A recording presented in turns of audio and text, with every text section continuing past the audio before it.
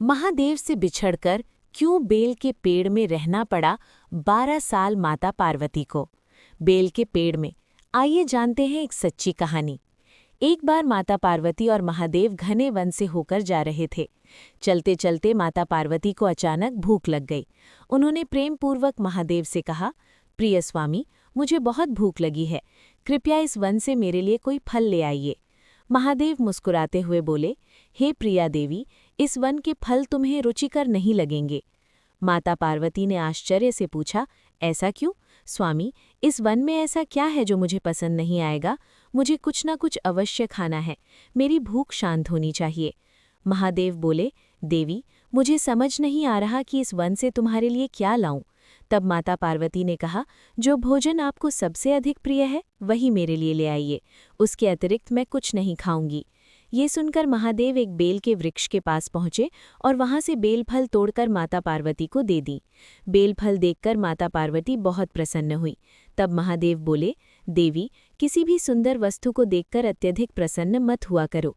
जो वस्तु बाहर से सुंदर दिखती है वो भीतर से उतनी ही भयावह भी हो सकती है। यदि तुम इसकी भीतर झांकोगी तो स्वयं भयभीत हो जाओगी।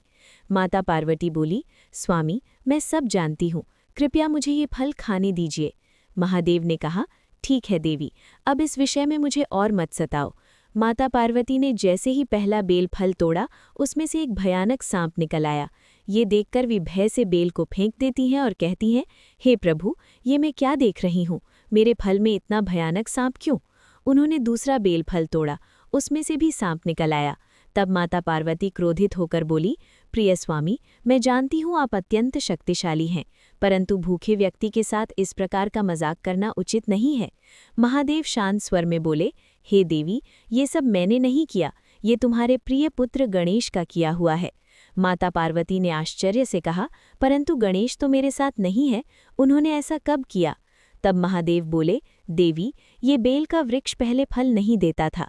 इसने एक बार तुम्हारे पुत्र गणेश से वरदान मांगा था कि यदि इसमें बेल फल लगे तो ये उनके लिए व्रत करेगा, परंतु इसने अपना व्रत पूरा नहीं किया। इस कारण क्रोधित होकर गणेश ने इसे सांप बना दिया।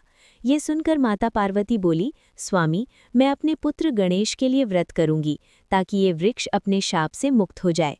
महादेव जोर से हंसते हुए बोले, हे देवी, केवल व्रत करने से ये शाप मुक्त नहीं होगा, इसके लिए तुम्हें 12 वर्षों तक इसी वृक्ष में वास करना होगा और इस दौरान तुम्हें इसके पत्तों के अतिरिक्त कुछ भी नहीं खाना होगा। माता पार्वती ने दृढ़ स्वर में कहा, मुझे ये स्वीकार है। तब महादेव भावुक होकर बोले, देवी, तुम्हारे अतिरिक्त इस धरती पर कोई भी ये तपस्या नहीं कर सकता। तुम स्वयं आदिशक्ति माँ दुर्गा हो। तुम समस्त जगत के दुख और कष्ट अपने ऊपर लेकर उनका ऋण चुकाती हो। ये कहकर माता पार्वती उस वृक्ष में समा गई। महादेव उस वृक्ष के नीचे बैठकर तपस्या करने लगे और करुण स्वर में बोले, मेरी अगली कथा देखने के लिए लाइक और सब्सक्राइब